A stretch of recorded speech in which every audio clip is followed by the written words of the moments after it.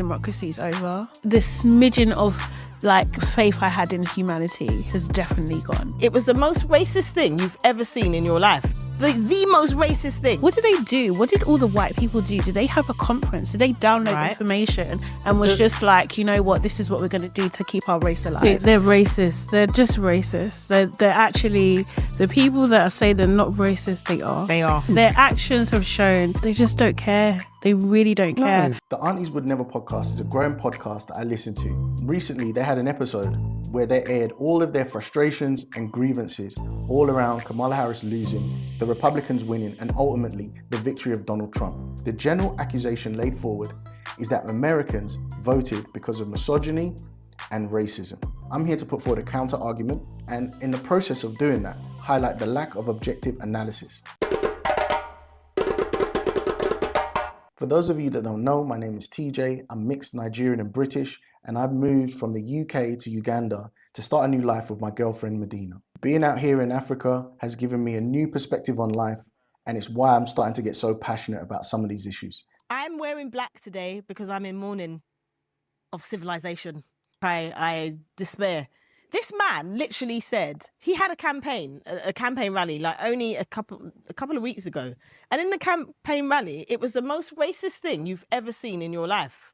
The most racist thing. The things that they said about Puerto Ricans was just like disgusting. But yet for all, 45% voted for Trump. This rally apparently is the most racist thing you've ever seen.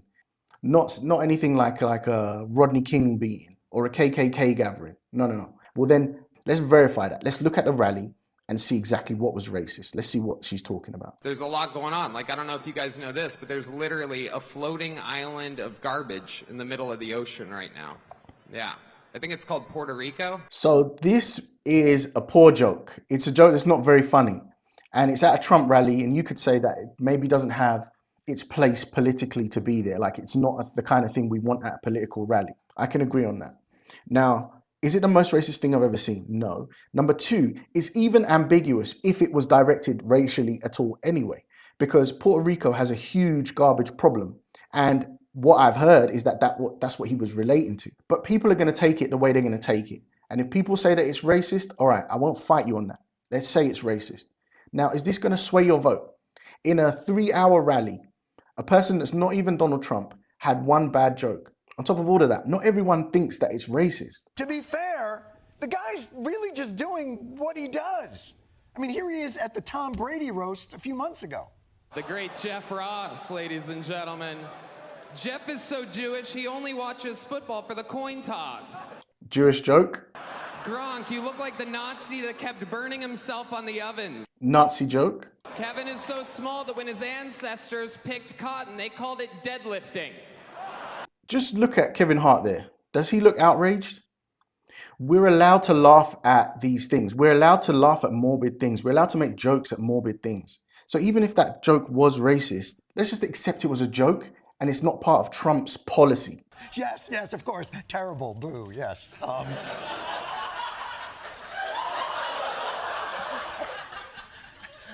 There's something wrong with me. I find that guy very funny. So, I'm sorry. I don't know what to tell you. This is a Democrat. And he's a Jewish Democrat. I mean, bringing him to a rally and have him not do roast jokes, that'd be like bringing Beyonce to a rally and not have... Oh. So I push back on the idea that this was the most racist thing we've ever seen. Is there no ability to bring down the outrage? And fair enough, if you say it has no place at the rally, I will totally agree with you. It has no place at the rally. Should she be at the rally? I'm going to put to you that the same outrage that you could have for that Puerto Rican joke can be leveled at Cardi B. Why? Because her music is verbal porn. I mean, I don't have to go through the lyrics of WAP. This is a screenshot from her video. She's doing the splits in a thong, showing us her nyash. And this is the person that we're supposed to enjoy at Kamala Harris's rally. I went to Maryland Strip. I went to go, oh yeah, you wanna follow me? Yeah, that's also this hotel. And I brought niggas up and I brought that. That's what I used to do. Should I make a voting decision based off Cardi B or Tony Hinchcliffe? And the answer is clearly no. I just don't have any faith. The smidgen of faith I had in humanity has definitely gone, because I cannot believe that people literally voted for their own oppression, that they're more more inclined to hold on to the little bit of power that they have than have a black woman in power. It's Or just any woman. any woman in power. Yeah, because repeatedly they've said, that's the thing. I think like you can't, like, I just don't want to hear it from anyone. And if actually, to be fair, I'm just not going to talk to people. So if we're not going to talk to people and you don't want to hear it from anyone, how are you going to test your ideas? One of the ways we figure out if we're right or wrong is that we go out and talk and we communicate with people, and we don't talk in an echo chamber with people that all agree with us. We talk to people with different views, and there's a marketplace of ideas that clash when we have conversation.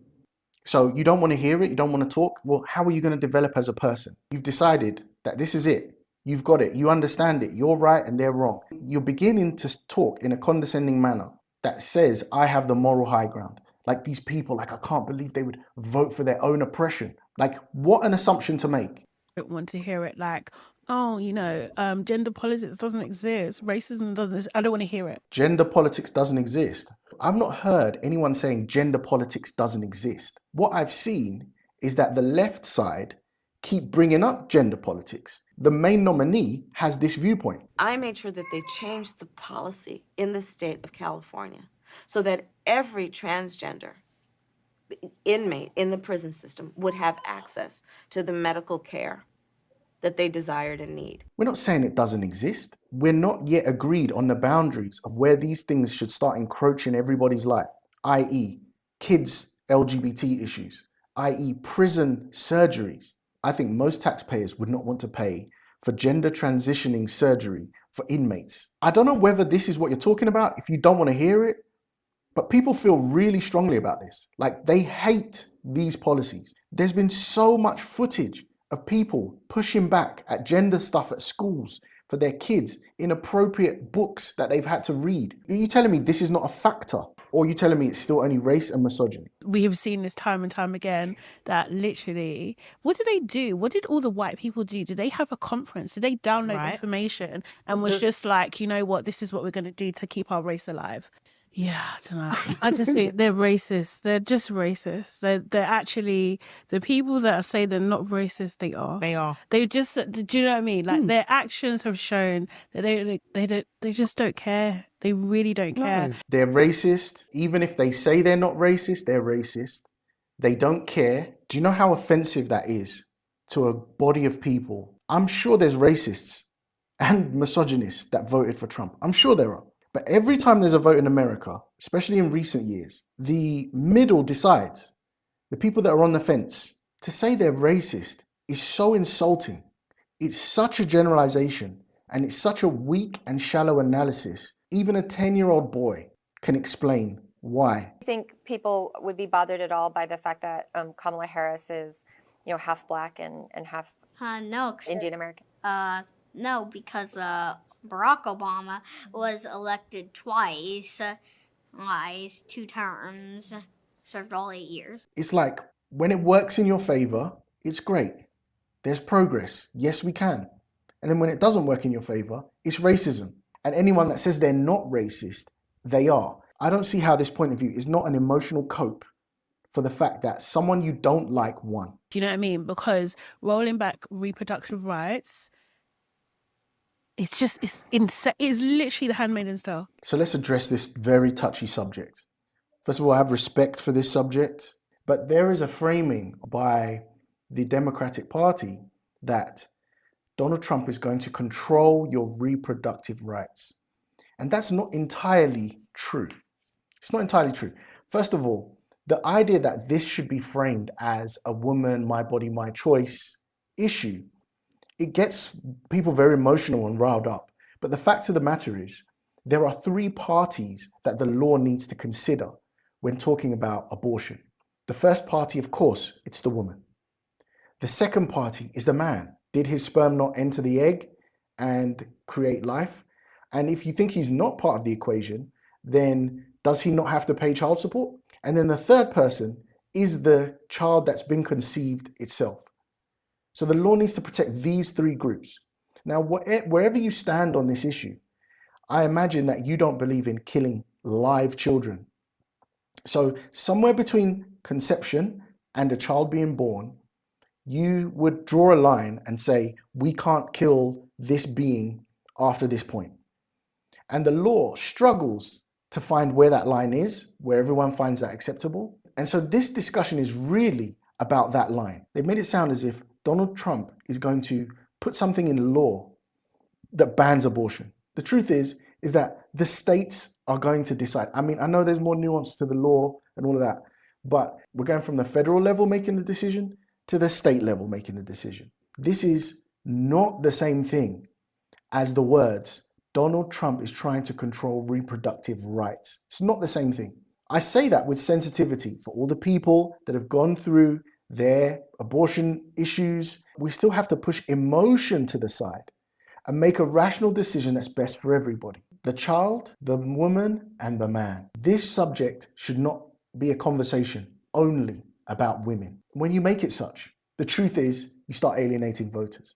Again, I'm painting the picture that the decision-making process is not always misogyny and racism. I think I'm reserving my anger for the media, because the industry that I so love and desire to be a part of, that I trained to be a part of, qualified to be a part of, is really letting me down as a journalist. And I find that that's disappointing. I think to have news stations left and right that hyperbole and send out misinformation constantly so nobody gets the facts, and allowing lies to just become fact, headlines to be unfounded headlines, taking quotes out of context and not letting us see the candidates for what they are and just really understanding what's happening, like what is going on. We should be able to trust the news. At the very least, let's trust the news to give us the proper information so everyone can be fully informed, because it's all well and good saying go and Google,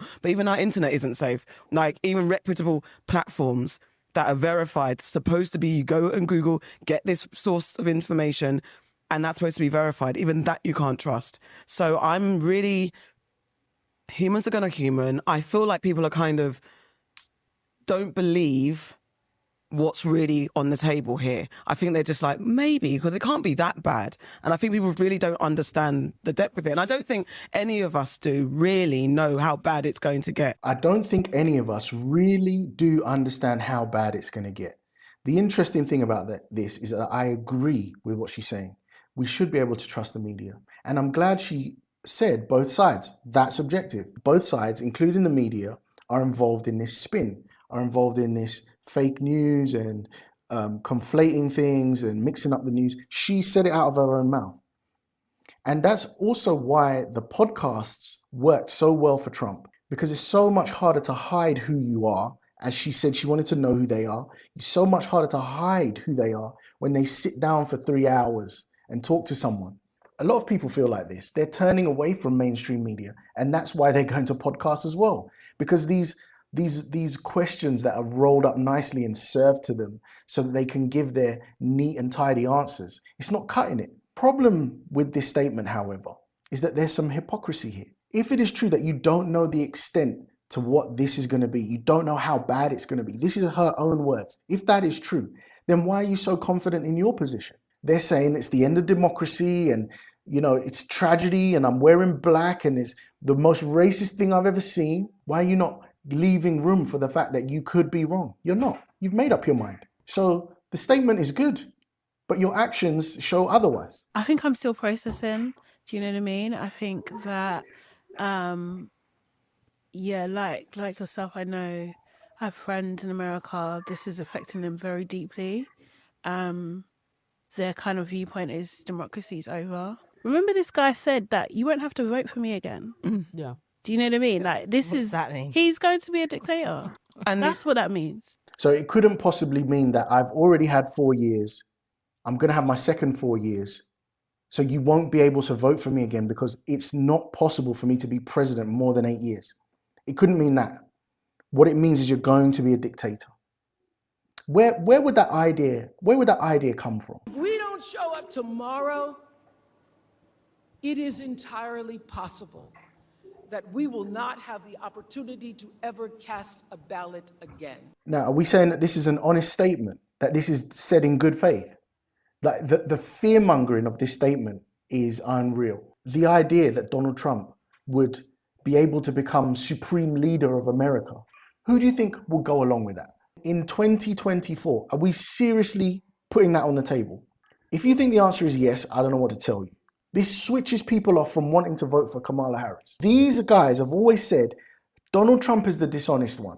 Yet you're here insulting my intelligence that Donald Trump would actually prevent voting in the future for fellow Americans. This could be the last time we ever get to vote. Like, are you kidding me? It's a slap in the face. And the girls on the podcast are lapping it up. This is the quote that they use to justify this point of argument. Under no circumstances, you are promising America tonight, you would never abuse power as retribution against anybody. Except for day one. Except Look, what? he's going crazy. Except for day one. Meaning? I want to close the border and I want to drill. That's drill, not that's drill. That's not. No, no. That's not retribution. I'm gonna be. You know, he keeps. We love this guy. He says, "You're not going to be a dictator, are you?" I said, "No. Other than day one, we're closing the border and we're drilling. After that, I'm not a dictator." After that, I'm not a dictator. What we've just suddenly forgotten how to analyze when someone's doing tongue in cheek. We don't have the intelligence to make the distinction. What I think it is you don't like the guy. You're free not to like the guy. You don't like him talking about grabbing them by the pussy. You don't like the way he talks. You don't like his bravado. You don't like his points. Fine. You don't like the guy. Then that hits the emotional level.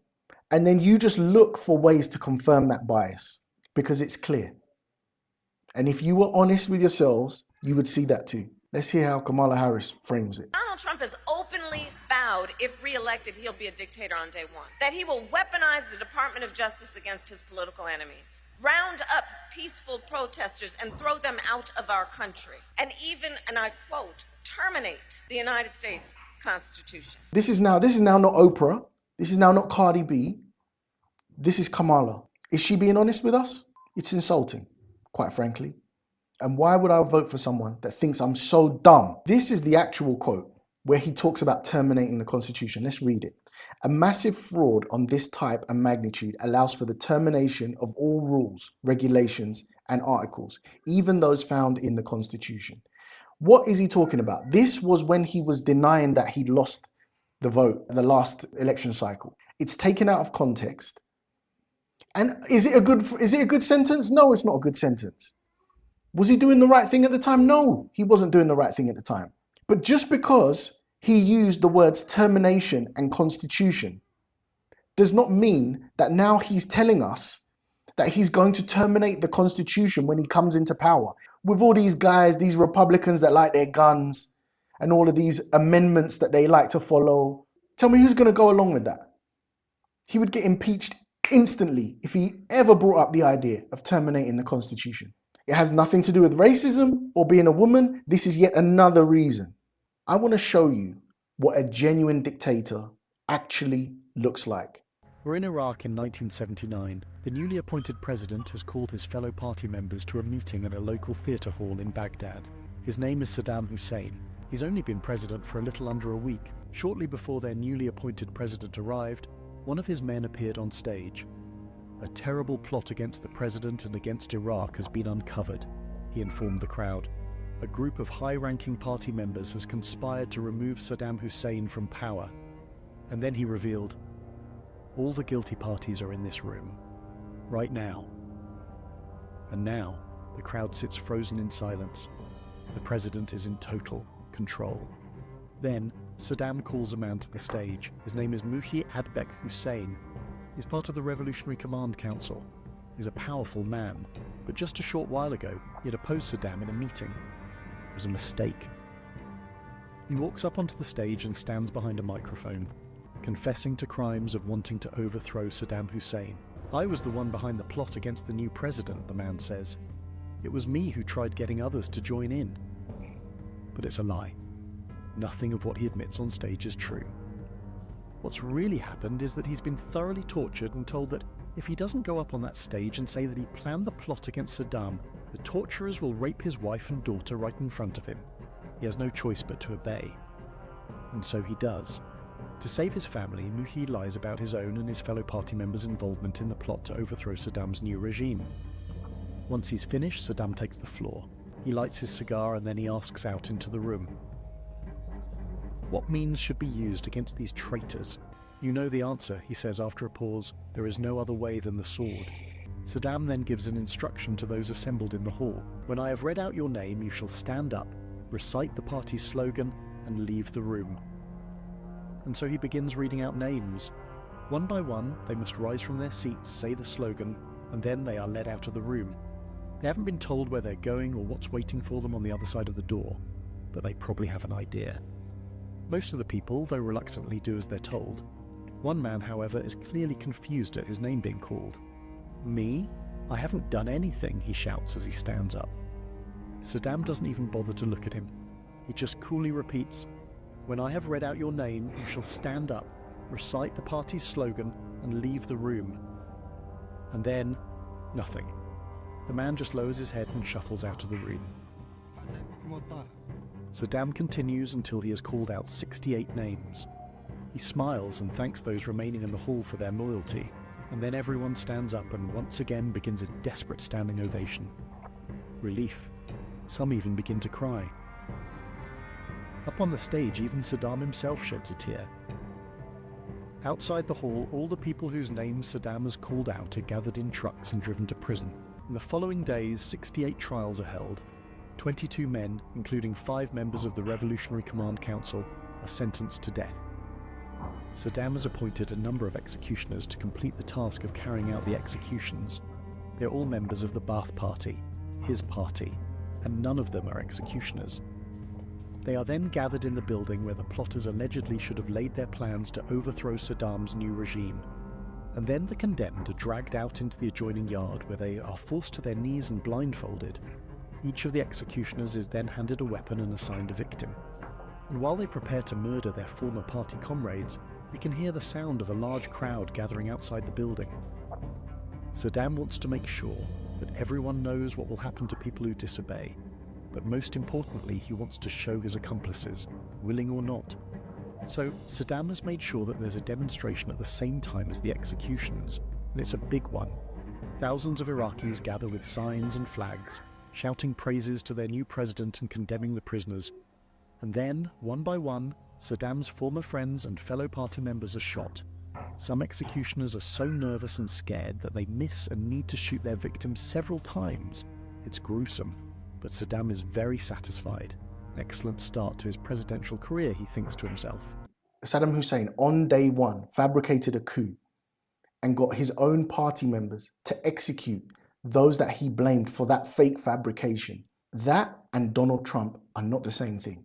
Yet, everything in the way that those words are framed by Kamala and Oprah Winfrey are trying to help you make the connection that a man like this and Donald Trump are the same thing. Remember, we've already had 4 years of Donald Trump. No such behavior was done. Was he crass? Yes. Was he politically correct? No. But he was not this. And it is dishonest to put the kind of fear that is associated with someone like this into the hearts of voters. Everything, not just Trump, JD Vance, what he was saying, they're like, he was being called super intelligent. Yeah. Like, he is a very intelligent man. From numerous people, Joe Rogan included. He is so intelligent. And you're like, what the hell was going on? What universe is this? Let me tell you what universe it is. It's a universe where people that are trying to make up their minds are listening to what Trump says, what JD Vance says, what Kamala's running mate says, and what Kamala says. And when you compare the two, when you hear JD Vance talk, he's articulate, he's smooth, he doesn't get flustered, he knows what he's talking about. Now, whether you agree with his points or not is aside from the matter. Because when you hear Kamala speak, there is plenty of room for confusion. She often dances around questions. You're not sure who she is. JD Vance was going down and sitting down for 2 hours, 3-hour podcast.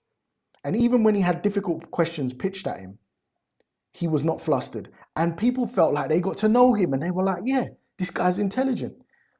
Well, he may not be intelligent compared to the most intelligent people on earth, but because he speaks smoothly, he comes across more intelligent than Kamala. Let's look at some examples of what I'm talking about. You've been in the White House for 4 years. You were vice president, not the president. But why wasn't any of that done for the last 4 years?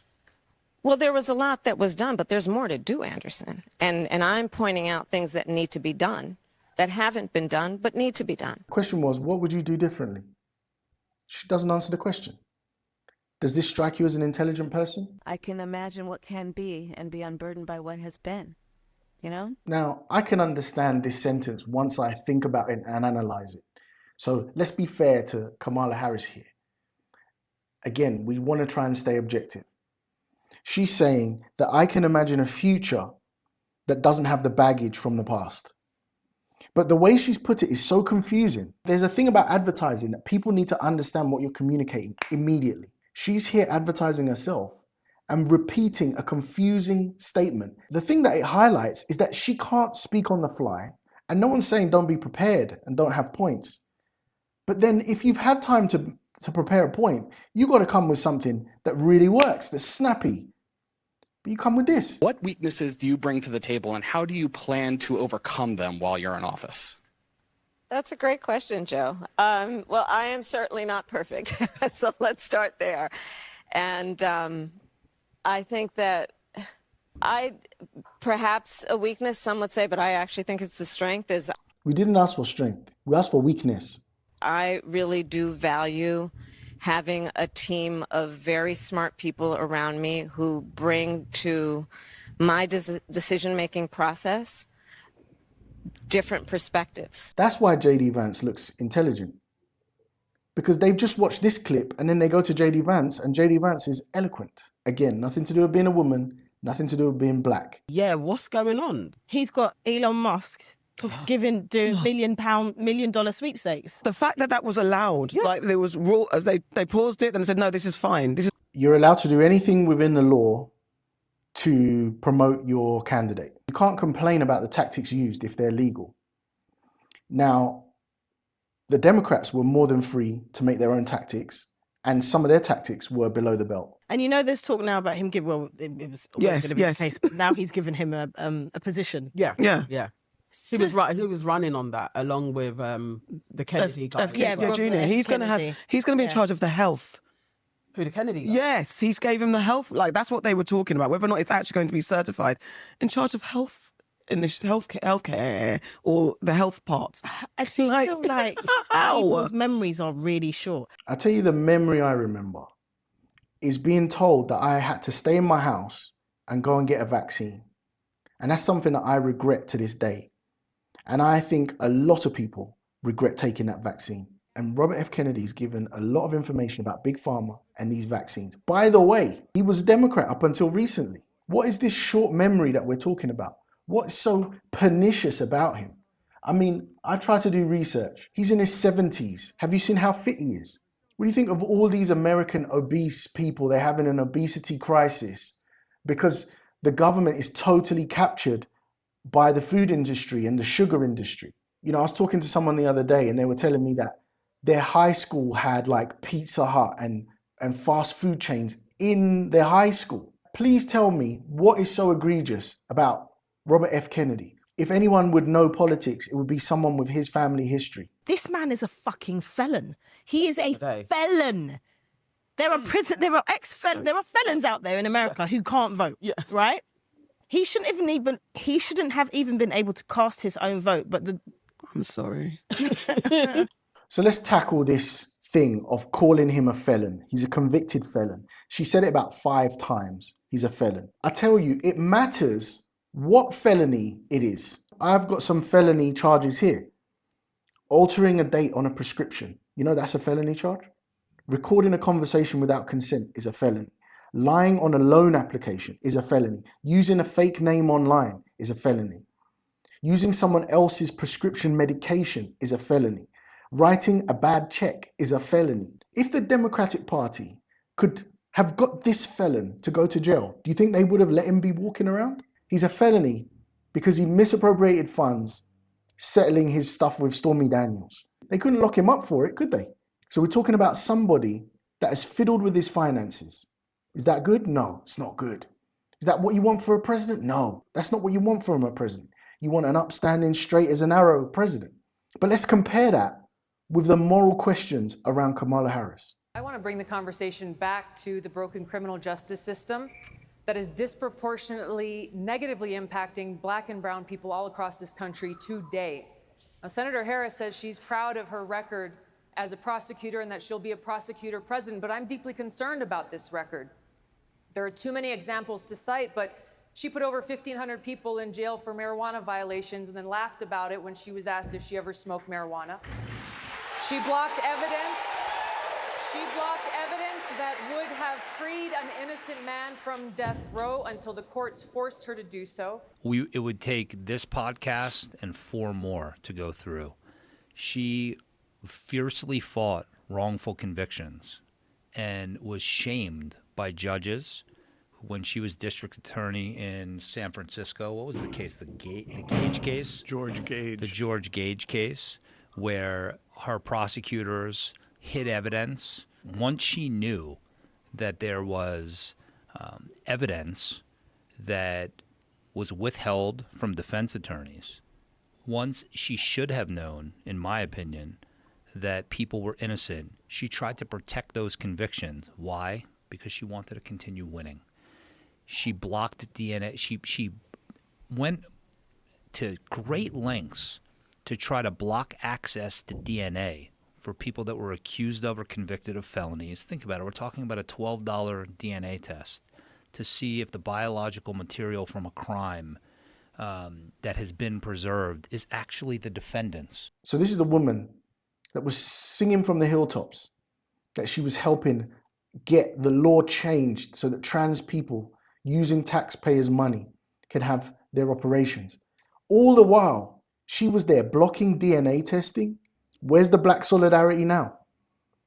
I come from a working class family, but I'm happy to put a black man in jail that's innocent, even though I know he's innocent, but I'll block the evidence proving that he's innocent so that my record stays clean. The thing that's also super scary for Black people is giving the police immunity. Yes. Yeah. Do you guys understand? Like, whoever. So let's look at this immunity that they're claiming that he's given the police. Trump has repeatedly said he will give police officers immunity from prosecution while on the campaign trail. During the rallies, Trump stated he would give our police their power back and provide them with immunity from prosecution so they're not prosecuted for doing their job. Now, I don't think that's a good idea. I wouldn't like that. But it's not the whole story.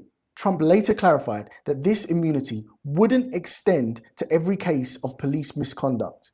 We asked about the specific case of police shooting, and he said, well, he might not receive immunity. And so it's not stamped, it's not rubber stamped. Now, I'm not sure that this is the right step for Trump to go down. But again, you're so sure, you know this information. You're so sure that he's going to now make sure that black people get killed. I've presented my case. You claim it's racism. You claim it's white people. You claim it's misogyny. Here are all the points that I've put forward. And I haven't even gone into who's funding the Democrat Party and people analyzing those decisions, because that could also have an influence. There are multiple reasons why the American people voted for Donald Trump. And if you insist on calling those people racist and misogynist, and if you insist on insulting those people, if you insist on looking so one-sided without depth, then you're going to stay a victim. And you're going to feel like you're living in a dictatorship when you're not. Thanks so much for watching the video.